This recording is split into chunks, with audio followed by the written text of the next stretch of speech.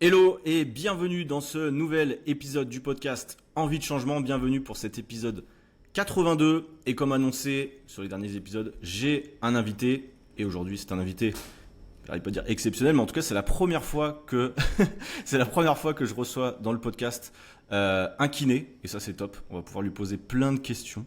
Ce kiné, c'est Thomas de Training Therapy. Salut Thomas, comment ça va ? Salut Clément, ça va et toi? Déjà, merci de m'inviter. C'est toujours cool de venir échanger. Donc, merci de m'inviter et j'espère que tu vas bien aussi. Bah, ça va aussi. Ça va aussi super. C'est le matin chez moi en Colombie. Donc tu m'excuseras, je vais me réveiller. Colombie, ok. Ouais. Je suis un peu décalé. Du coup, Thomas, est-ce que tu peux déjà nous présenter qui tu es, un petit peu ton parcours et puis aussi ce que tu as monté avec ton collègue Simon, c'est ça, C'est ça. Parce que vous êtes aussi présent sur les réseaux sociaux, donc comme ça les gens pourront vous suivre et voir ce que vous faites aussi. Du coup, moi, les gens aiment bien se définir par leur métier, donc je vais me définir par mon métier. Je suis kiné de formation, kiné du sport, etc. Tout le package, on va dire classique. Je suis diplômé depuis environ 10 ans. Et en fait, avec Simon, tout ce qu'on a fait de manière assez simple et facilitée, c'est qu'on a digitalisé la kinésithérapie en la rendant accessible à tous, en ligne, en visio, en distanciel, comme on peut dire. Et voilà un petit peu notre gros travail. Donc ça, sous l'étiquette Training Therapy, qui est une société justement qui permet d'avoir des suivis de kiné à distance. Hors nomenclature, on appelle ça. Donc en gros, les gens ne sont pas remboursés pour le suivi comme ils pourraient être remboursés chez le kiné, mais c'est de la haute qualité. C'est haut de gamme, on va dire, ce qui change un petit peu des kinés classiques, malgré le fait que j'ai des consoeurs et des confrères qui travaillent très bien. C'est pas la question. Mais en France, le fait que les soins soient remboursés et mal contrôlés, voire pas contrôlés du tout, amène à une grosse dérive au niveau des soins et certains kinés en profitent pour travailler de la mauvaise des manières et nous on lutte contre ça en formant les kinés à travailler de manière correcte, on va dire, plus que correcte, mais...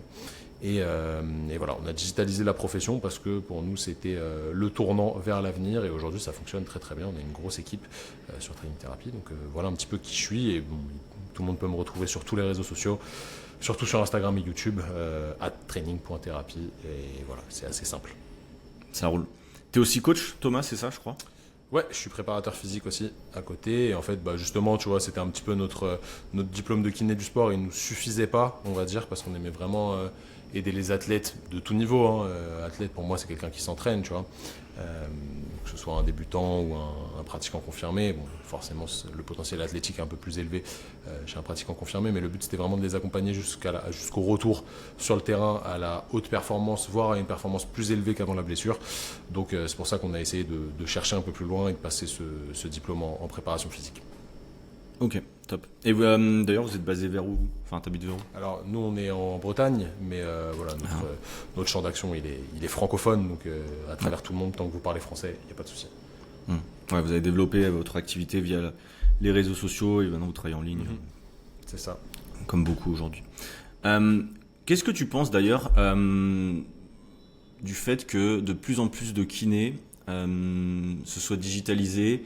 D'ailleurs, tu parlais tout à l'heure dans un des posts, mais c'était assez rigolo. Mais tu parlais de M ton kiné, tu parlais de Major Mouvement.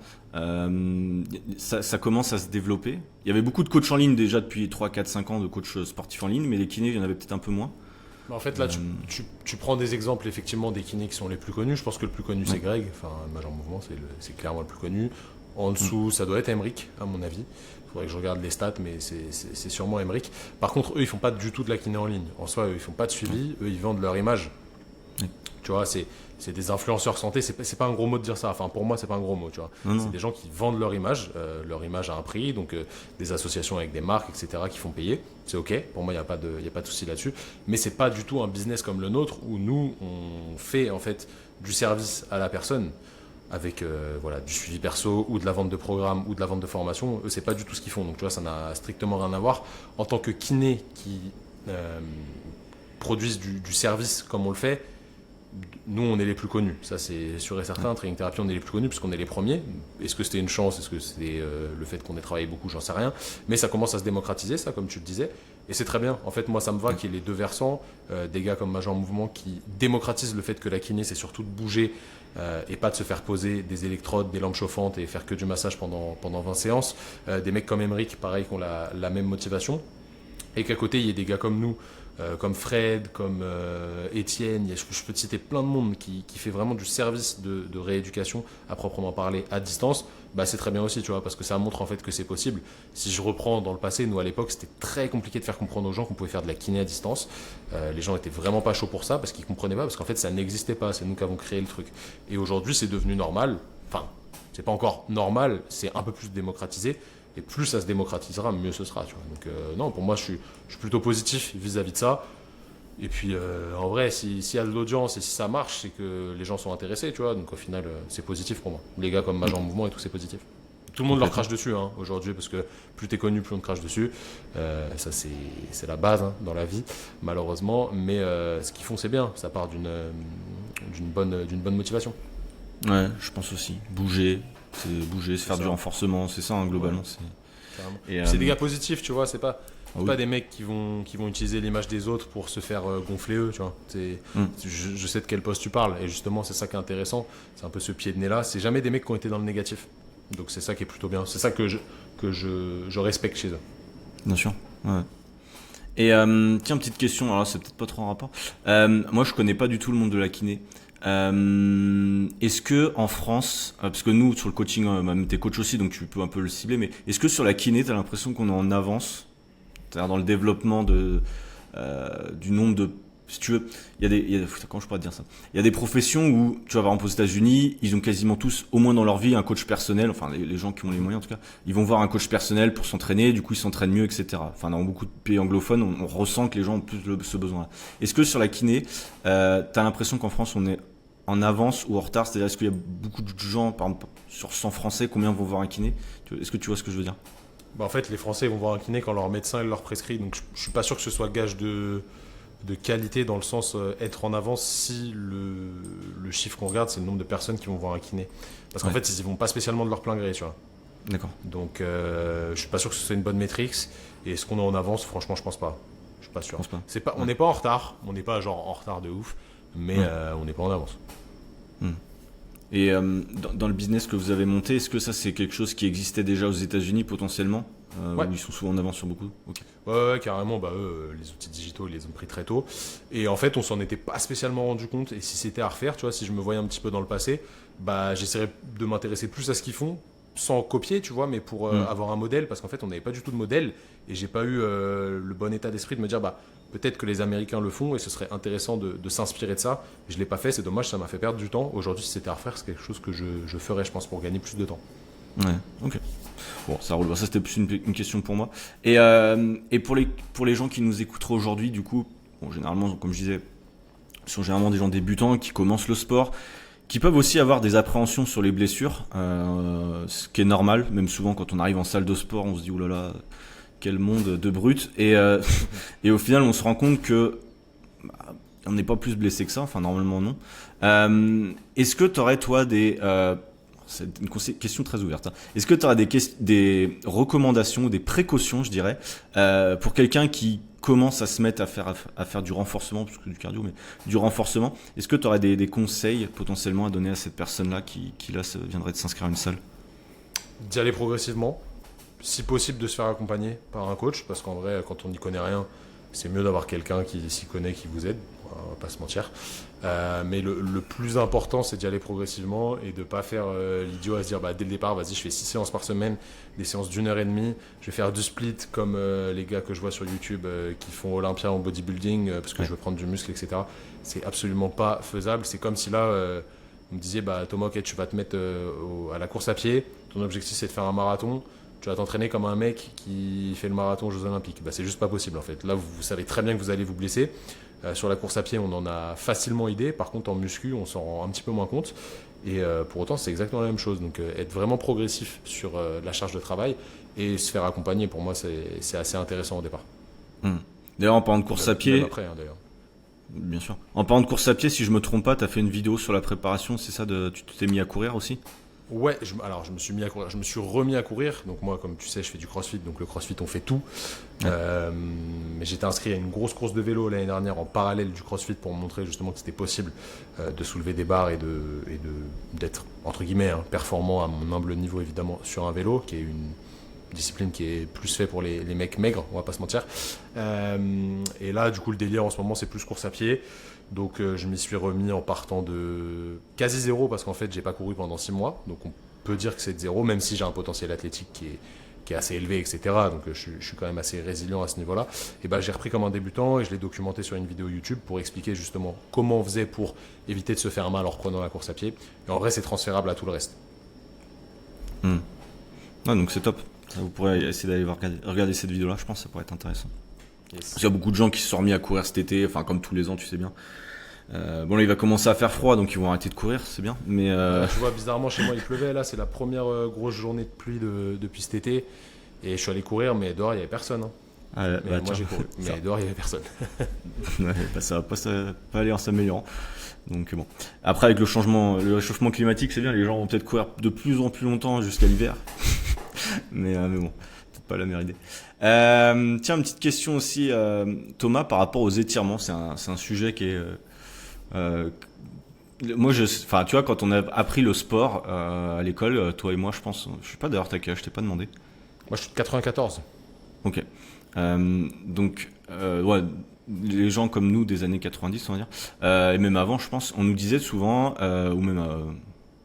en gros, on s'étirait avant de courir. On s'étirait avant de courir. Les footballeurs s'étirent beaucoup d'ailleurs avant de courir et après leurs entraînements. Je parle d'étirements plutôt statiques, assez longs. Est-ce que ça, enfin, en termes d'étirement, voilà, on va faire la question plus simple. Qu'est-ce que tu recommandes dans le sens où est-ce qu'il faut faire des étirements avant une activité sportive déjà, par exemple avant d'aller courir ou avant de faire du renforcement?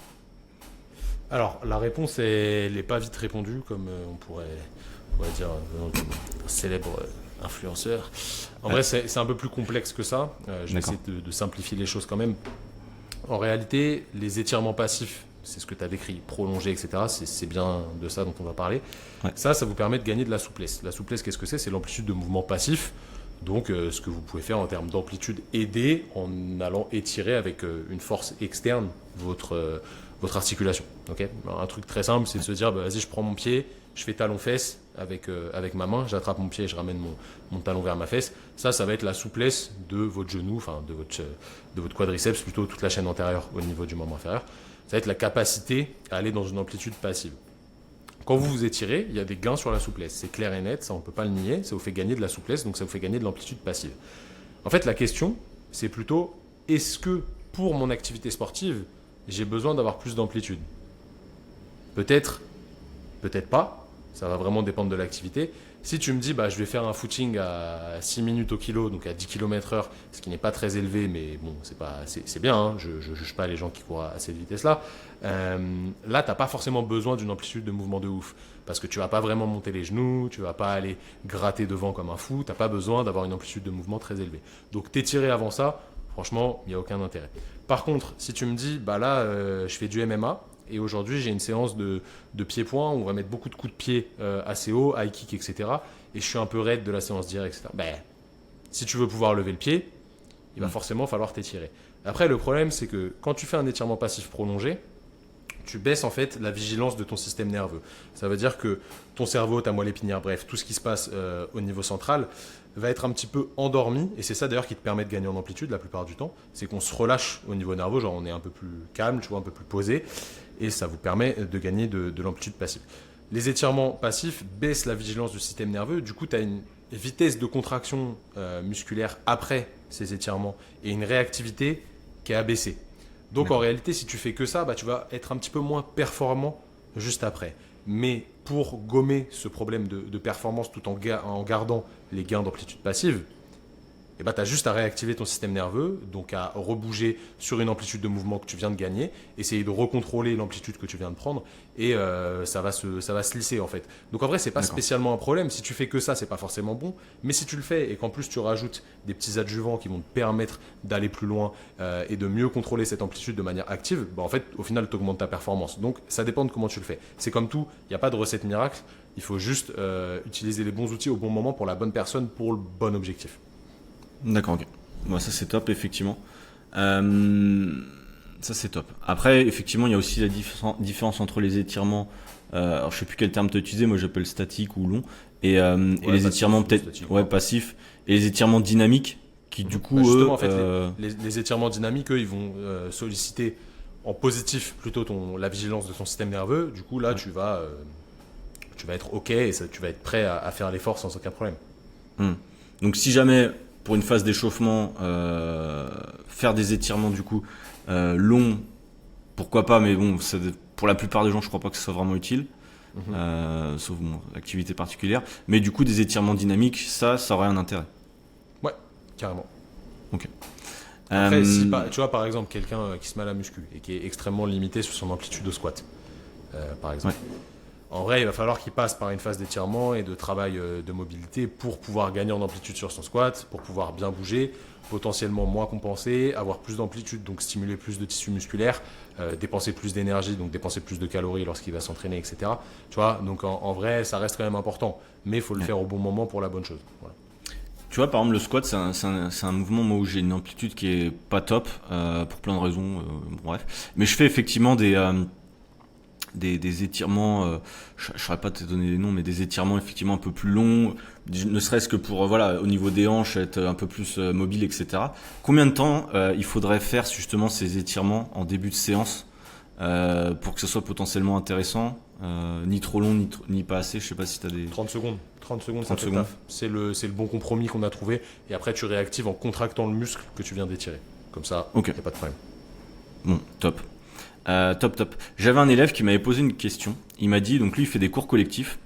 Et tu sais quoi, je vais même te faire écouter sa question parce qu'il en a plusieurs. Je vais te les faire écouter, comme ça ceux qui écoutent le podcast pourront aussi l'écouter. Tu me diras si tu entends bien, normalement oui. Il m'a posé plein de questions. Donc cet élève, c'est Renaud. C'est un élève qui fait des cours collectifs 5 fois dans la semaine. Justement, ces questions sont en rapport avec ça. Je vais voir si ça marche bien, normalement oui. Bonjour, moi j'ai des questions sur tout ce qui est étirement. Parce qu'en fait, moi, je continue à faire quand même quelques cours et t'as des profs qui nous étirent, ce qui est plutôt pas mal, mais je trouve que des fois c'est un peu fait rapidement. D'autres où il n'y a pas du tout d'étirement et puis le cours est terminé, tout le monde rentre chez soi et puis le corps reste tel quel. Donc est-ce qu'il y a des étirements particuliers à faire? Ça c'est la première question. En gros, il demande si... Je pense qu'il parle des étirements de fin de séance. Je vois ça comme ça. Bah, pour moi, en fin de séance, donc généralement, quand tu as fait du renforcement musculaire, etc., tu as créé des micro-lésions sur tes tissus. On va pas rentrer dans le détail, que ce soit musculaire ou au niveau des fascias, peu importe, on s'en fout. Si tu étires trop fort, tu vas recréer un peu plus de lésions. Théoriquement. Donc, ce serait pas forcément intéressant. Par contre, ce que tu peux faire, tu peux étirer de manière assez légère, parce que ça va moduler l'interprétation de ton cerveau au niveau de la douleur, post-séance, et ça peut t'aider à être moins engourdi après, à avoir moins cette sensation de fatigue musculaire, etc. En vrai, sur le long terme, ça ne change pas forcément grand-chose. Donc tu peux, si tu en ressens le besoin, mais ce n'est pas obligatoire. Ce qu'il ne faudrait pas faire, c'est vraiment d'étirer à fond, franchement, ça ne sert à rien, et ce serait limite contre-productif. Ok, ouais, c'est ce que j'avais imaginé aussi. Et c'est une croyance, hein. Je pense que c'est une croyance de je fais des étirements pour ne pas avoir de courbatures. Ouais, ça vient sûrement de là, ouais. Et c'est fou, hein, cette croyance des courbatures et des étirements. En France, partout dans le monde, hein, tout le monde pense. Je sais pas d'où ça sort.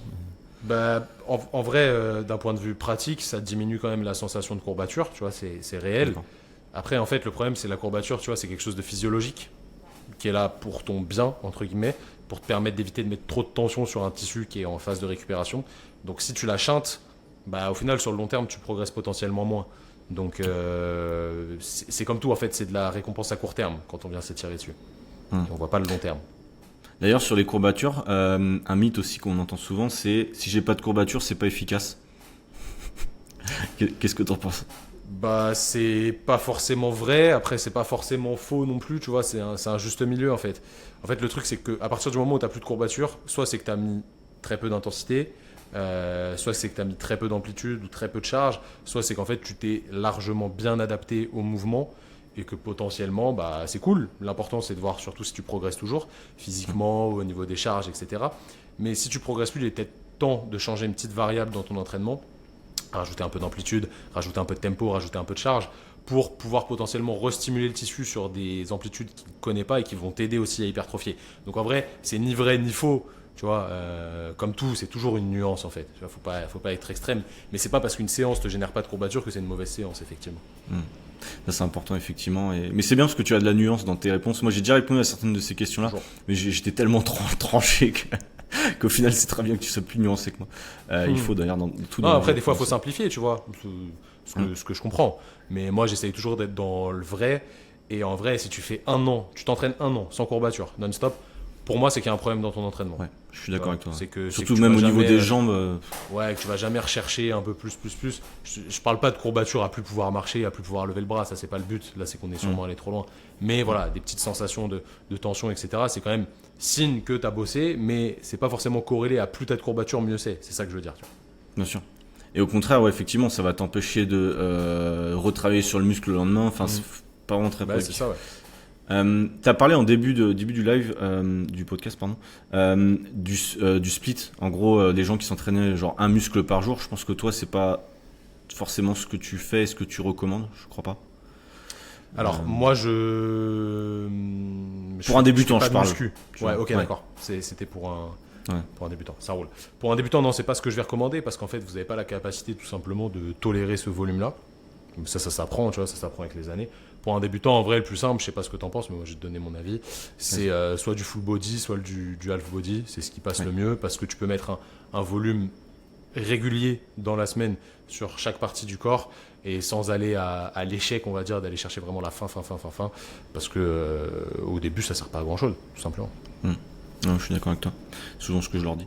Mais comme tu disais, effectivement, quand on suit des bodybuilders, enfin même sur des youtubeurs, c'est très avancé, ils ont des physiques de fou, ils font que des splits, ils font un jour bras, un jour épaule. C'est normal t'es là, parce qu'en fait, tu vois. eux, quand on part de ce niveau-là, enfin, je sais pas si on va me voir, je sais pas si t'enregistres. Si, il y aura juste aussi, il y aura la Ok. vidéo aussi. Ouais. Si on part de ce niveau-là, qu'on est capable de tolérer ça, bah, et qu'on part de ce niveau ici, ok, on va aller chercher du full body, on va mettre de la contrainte, etc. Sauf qu'en fait, les bodybuilders ou les mecs sur YouTube que vous voyez, ils sont à ce niveau-là. Donc s'ils mettent que ce niveau de contrainte-là, bah, ils vont juste se déconditionner. Eux, il faut qu'ils aillent chercher plus sur un laps de temps plus court avec plus de volume. Donc en fait, ils sont obligés de faire des séances vraiment dédiées à un groupe musculaire pour pouvoir se carboniser dessus, parce que sinon ils répondent plus en fait à l'hypertrophie. Il faut savoir quand même que le corps humain, il a des limites.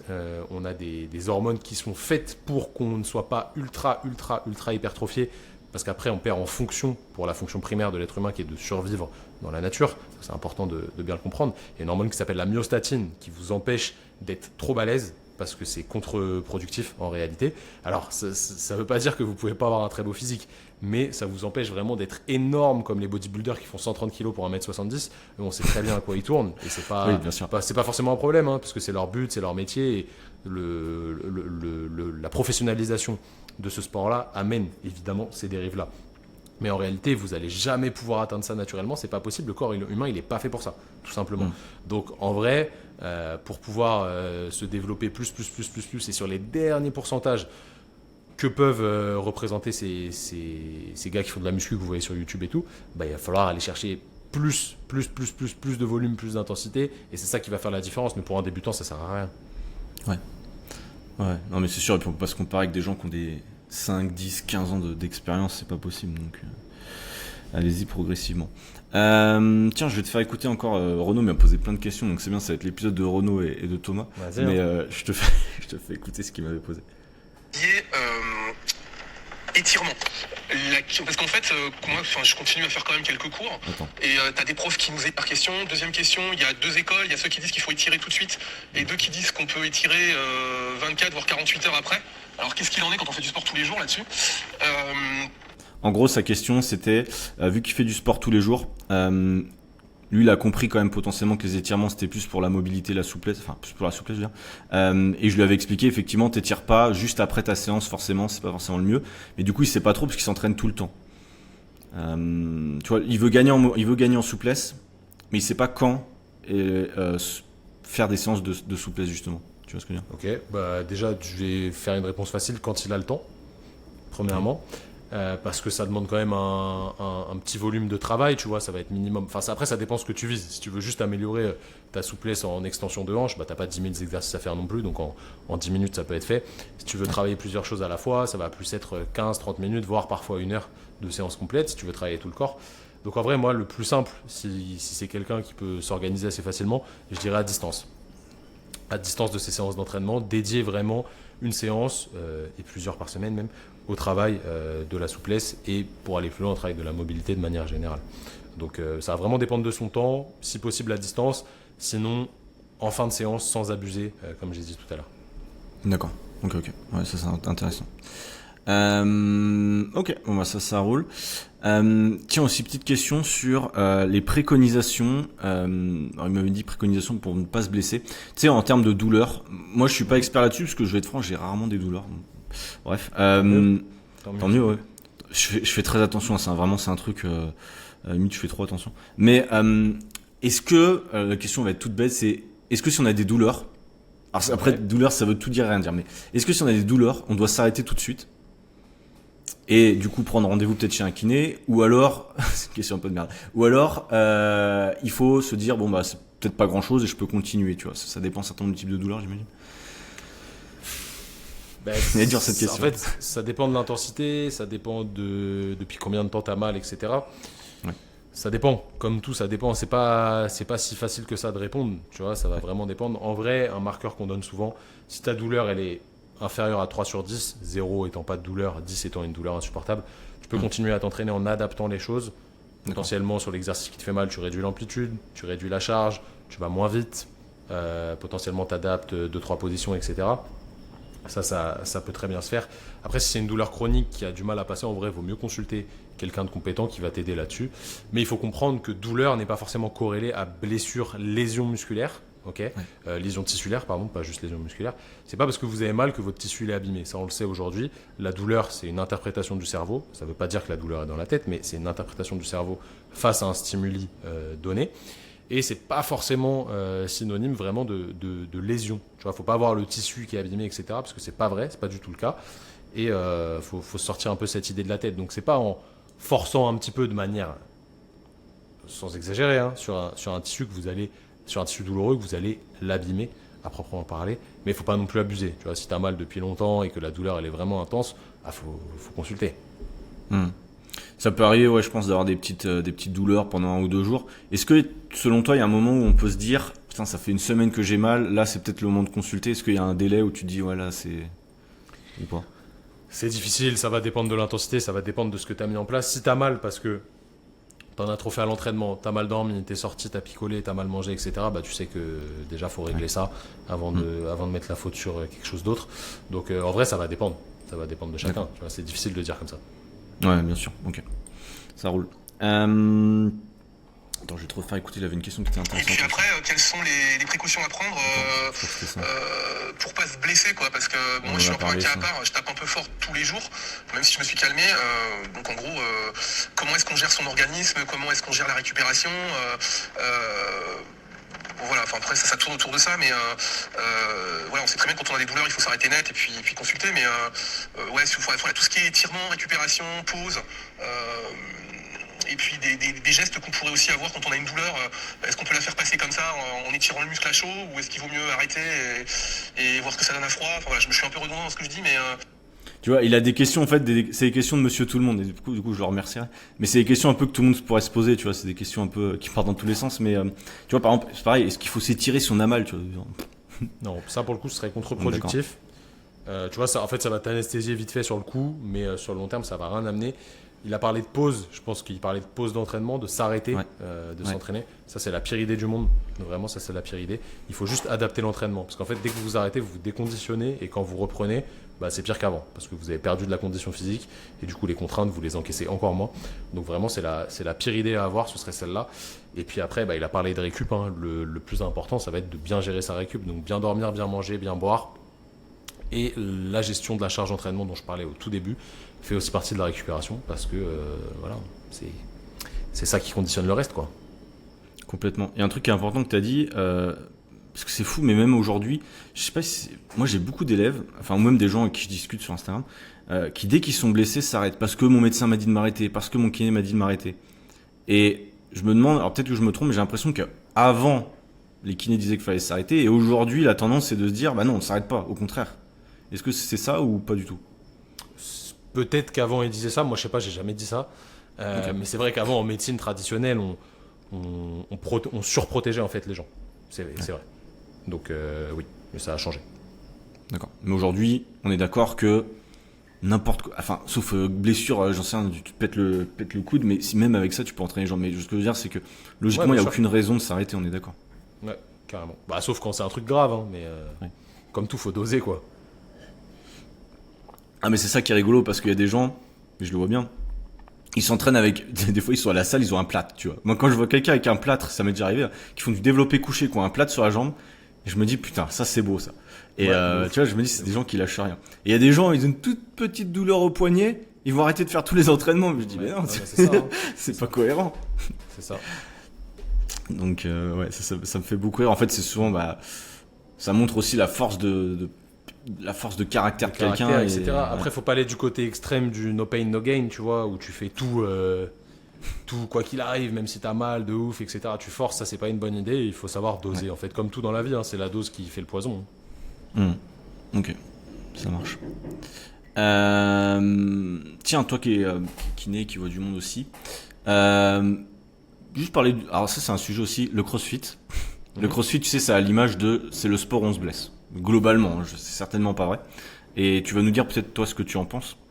Moi, j'ai fait aussi du CrossFit à un moment. Je me suis pas spécialement blessé. Bon, j'ai mon avis aussi sur le CrossFit dans le sens où ça dépend comment tu le fais. Si t'es avec un coach, si vous êtes 50 dans le cours, forcément, il y a plus de chances. Mais est-ce que selon toi, c'est un sport que tu recommanderais aussi à un débutant ou une débutante? Ouais, carrément. Ça va dépendre du coach, encore une fois. Donc, s'il y a un bon coach, carrément, je recommanderais vraiment un débutant parce que c'est ultra motivant de par le fait que vous êtes plusieurs dans le cours et qu'au final, tout le monde pense que tu vas aller à une classe, enfin, à un WOD de CrossFit, qu'il va y avoir que des machines de guerre. C'est vraiment pas le cas. Dans les box françaises, c'est vraiment pas le cas. Quand vous allez vous entraîner, c'est des gens normaux en fait qui s'entraînent. Il y en a qui sont un peu plus avancés que d'autres, mais la plupart, c'est des gens normaux. Ils font du sport plutôt santé que du sport performance. Après, c'est là où il faut distinguer en fait le sport performance et le sport santé.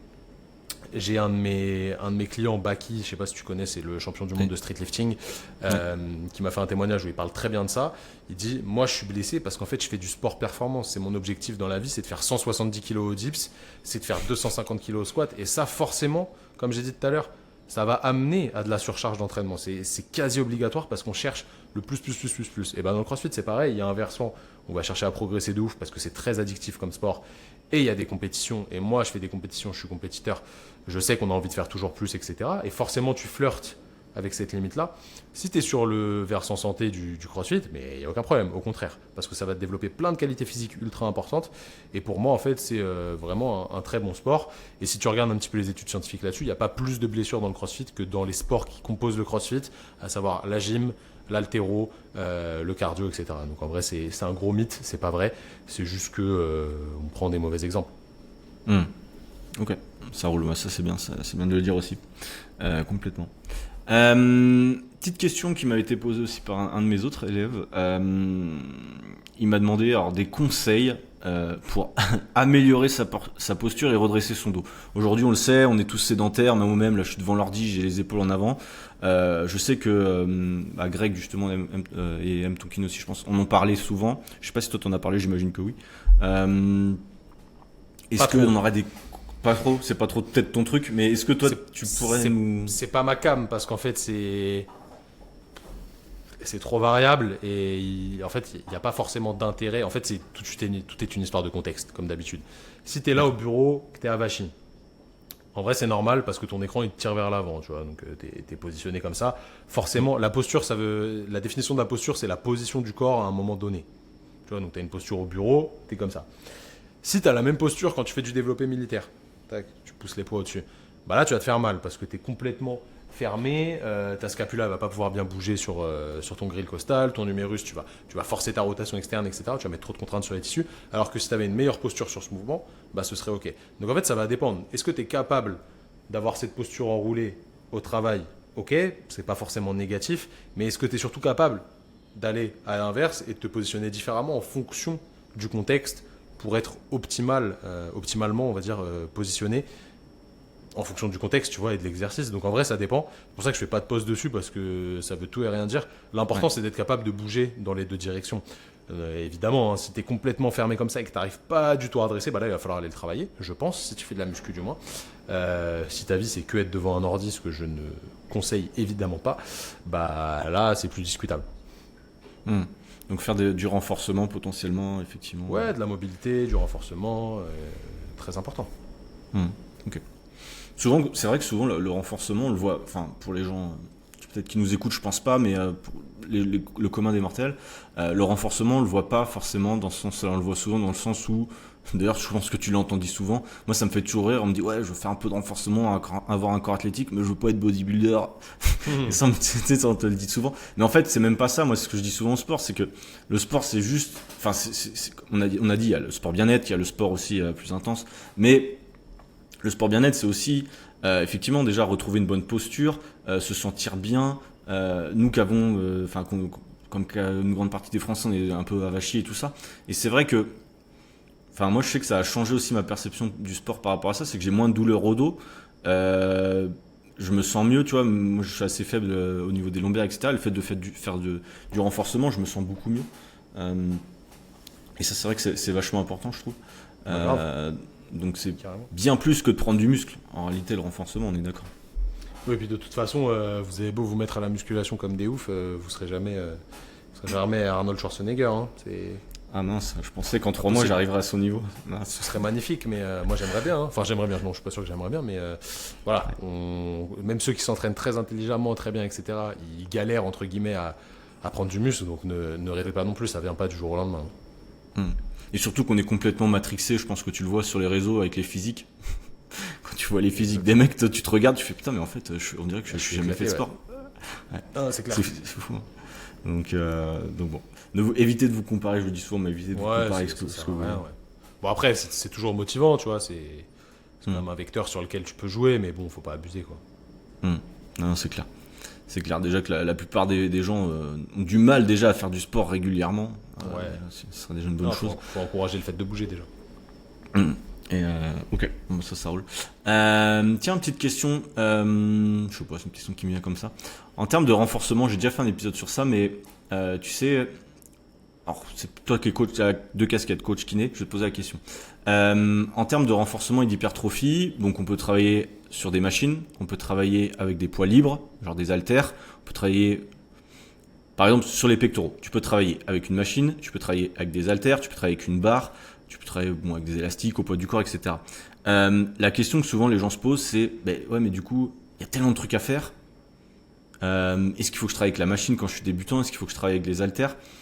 J'ai déjà un petit peu donné ma réponse dans des épisodes, mais est-ce que selon toi, tu as des recommandations dans le sens où, alors toi tu es plus en mode crossfit, mais quelqu'un qui arrive dans une salle de sport? Moi j'ai fait 10 ans de muscu, pur et dur. Ok. Donc je connais, tu vois. Je vais te donner ma réponse qui est pour moi ma vérité, tu vois, c'est pas forcément la tienne et celle des autres. Pour moi, un débutant, il a besoin d'apprendre à bouger déjà, premièrement, et de devenir plus fort.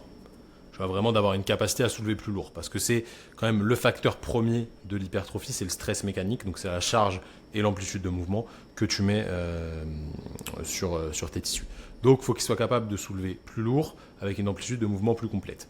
Donc pour moi, en termes de débutant, il faut faire des exercices où tu peux soulever lourd. Okay, donc je vais préférer la barre par exemple pour le développé couché, même si ce n'est pas forcément optimal en termes d'amplitude, etc. Je vais commencer, je conseillerais vraiment à un débutant de faire du couché à la barre sans aucun problème. Une fois qu'il a progressé, il peut passer sur du mixte un petit peu barre-haltère, parce que les haltères développé couché au banc avec haltère, tu vas avoir plus d'amplitude que sur la barre, vu que tu peux avoir un angle différent au niveau de l'épaule. Du coup, tu vas changer à partir de là le stress mécanique. Il y aura peut-être relativement un peu moins lourd. Tu vois, si la personne est capable de faire 100 kg, peut-être qu'aux haltères, elle fera 38 ou 40 kg, mais elle fera pas 50 sur chaque bras. Ça va être compliqué parce qu'il y a le gainage qui rentre en jeu, etc. Et petit à petit, elle va progresser là-dessus. Et une fois qu'elle aura atteint un super niveau, elle pourra aller chercher un peu plus de détails, un peu plus d'étirement et un peu plus de facilitation avec des exercices qui nécessitent moins de gainage sur les machines, justement, où elle va vraiment essayer de cibler, etc. C'est pour ça qu'en fait, les bodybuilders très avancés, vous ne les voyez pas souvent faire du développé couché à la barre, même aux haltères, vous ne les voyez pas souvent faire ce genre d'exercice, parce qu'en fait, eux, ils sont très forts dessus. Ils vont prendre la barre de développé couché, ils vont mettre 200 kg sans aucun problème. Mais ce n'est pas intéressant pour eux, parce qu'en fait, ils ont un niveau tellement avancé qu'il va falloir être ultra précis. Moi, ce n'est pas une critique, mais je vois les débutants comme des tubes de dentifrice pleins, et les avancés comme des tubes de dentifrice vides. C'est quoi la métaphore? C'est qu'un tube de dentifrice plein, peu importe où tu appuies dessus, il y a du dentifrice qui va sortir. Donc en vrai, un débutant, tu lui fais faire n'importe quoi, il va progresser. Après, si tu lui fais faire les choses de manière intelligente, c'est quand même plus pertinent. Et quelqu'un d'avancé, il va falloir être très précis sur l'endroit où tu appuies pour faire sortir le dentifrice, parce que c'est là où va pouvoir s'exprimer encore son potentiel d'adaptation. Et il va falloir être assez précis. Donc en fait, il faut voir les deux côtés du spectre. Débutant, j'essaye de prendre de la force et j'apprends à bouger. Vraiment confirmé, avancé, je vais essayer d'être plus spécifique, plus précis sur la tension que je mets pour générer encore de l'hypertrophie. Donc ça va vraiment dépendre en fait. Ok, ça roule. Très bien. J'avais une question aussi. Tiens, je vais te la faire écouter. C'est la dernière partie, c'est par rapport aux électrodes justement. Je pense que tu vas avoir un avis sur ça aussi. On va y arriver. La dernière chose à laquelle je pense aussi, bon, sans forcément citer de marque, moi j'ai des électrodes là, de la marque Compex, donc tu as toute la partie qui peut être utilisée pour faire de la musculation par stimulation électrique, donc ça je m'en sers peu, mais après il y a toute une partie récupération qui existe aussi, que tu peux poser sur le muscle qui te pose problème. Alors ça peut être une épaule, un bras, une cuisse, etc. Est-ce que c'est vraiment intéressant? Est-ce que c'est plus du marketing qu'autre chose? Sachant que Compex existe depuis quand même un bon bout de temps, et que j'ai vu qu'il y a des kinés qui s'en servent en rééducation. Donc est-ce que c'est une bonne idée d'avoir ça, et que si on possède une machine, est-ce qu'il faut le poser sur un muscle plutôt chaud, plutôt froid? Est-ce qu'il vaut mieux attendre? Enfin voilà, ça revient un peu par rapport à ce que je dis tout à l'heure. Bon, voilà. Moi, j'ai aucune idée de ce qu'il disait, de quoi il parle, mais peut-être que toi, tu vas. En fait, ça dépend de sa question. Je sais pas si sa question, c'est pour traiter une douleur ou pour mieux récupérer. C'est pas du tout la même chose. Je te le dis direct, si c'est pour traiter une douleur, ça sert strictement à rien, qu'on soit clair. Okay. Aucun intérêt. Zéro, vraiment zéro. Si c'est pour récupérer, pourquoi pas? Parce qu'en fait, le mode récupération, il va te faire une contraction, donc, un peu comme un battement cardiaque, tu vois. Et ça va te permettre de drainer un petit peu et de faire circuler le sang, les métabolites qui se sont accumulés, etc. Donc pourquoi pas, c'est ok. Le but, c'est pas de le mettre fort, parce que sinon, en fait, tu fais juste de la contraction iso et tu te fatigues plus que ton entraînement t'a donné. Il y a une phrase que j'aime bien, c'est normalement un entraînement, il doit plus vous apporter qu'il ne vous enlève. Donc s'il vous enlève plus qu'il vous apporte, c'est qu'il y a un problème, tu vois. Donc vraiment, pour moi, l'idée, ce serait, ok, si tu en as un, tu peux l'utiliser en récup pour optimiser ta récupération et récupérer plus vite et pouvoir te réentraîner plus vite. Si c'est pour traiter une douleur, certainement pas, ça sert à rien. Ok, ça c'est intéressant, effectivement, ça évitera des gens d'acheter des choses qui leur servent pas grand chose, si jamais ils pensaient que effectivement ça servait pour ça. Top. Tiens, petite question aussi qui me venait. Je réfléchis comment je peux te la formuler pour que ce soit relativement clair. Moi, il y a beaucoup de mes élèves, je les fais travailler à la maison, avec des élastiques notamment. Alors, on parle de débutants. Encore une fois, je pense qu'à ton niveau, travailler avec des élastiques, ça va.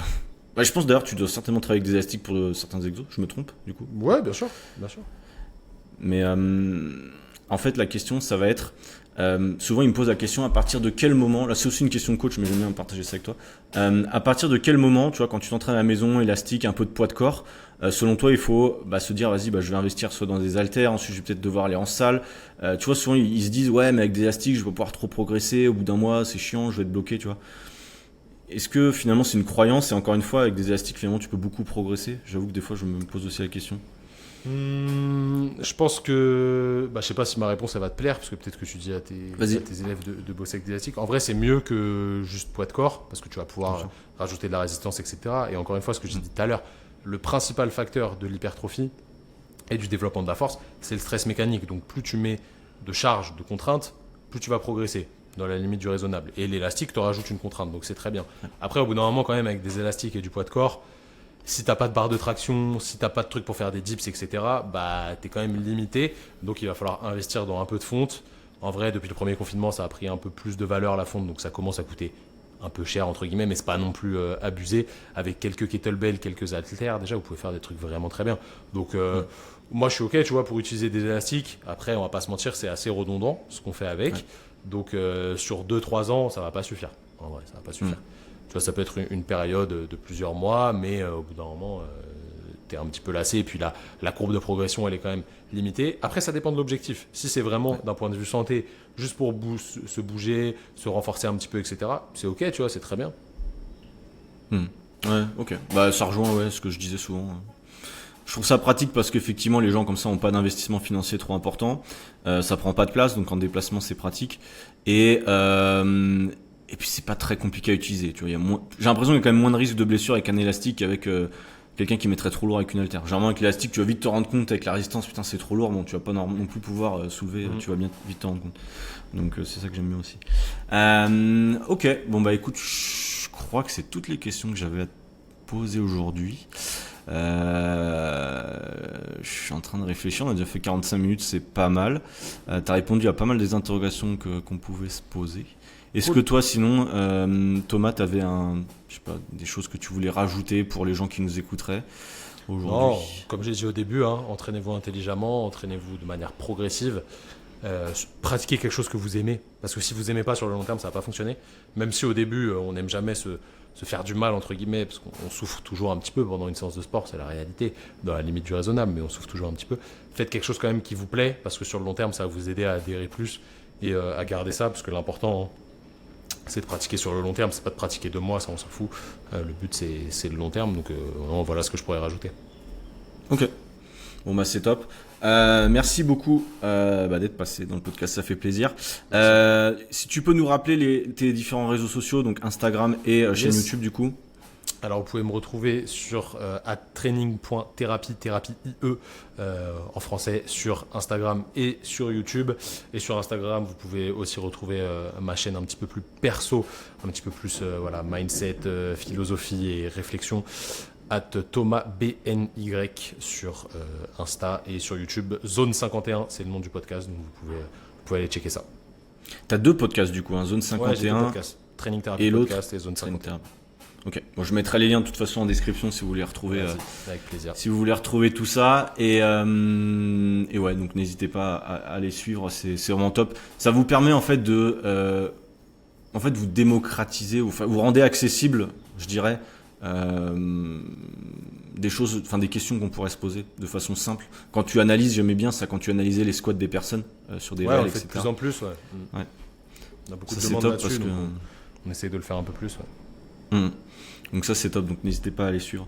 Et puis vous allez bien rigoler aussi, je pense. Après voilà, c'est toujours pareil. C'est comme avec moi, si vous me suivez, vous voyez, je suis je suis assez franc dans ce que je dis. Thomas, c'est un peu pareil.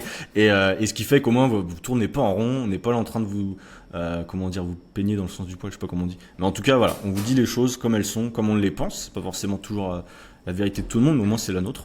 Et au moins vous avez notre avis. Donc c'est cool, je mettrai les réseaux de Thomas et de Simon du coup juste en dessous. Vous pourrez checker tout ça.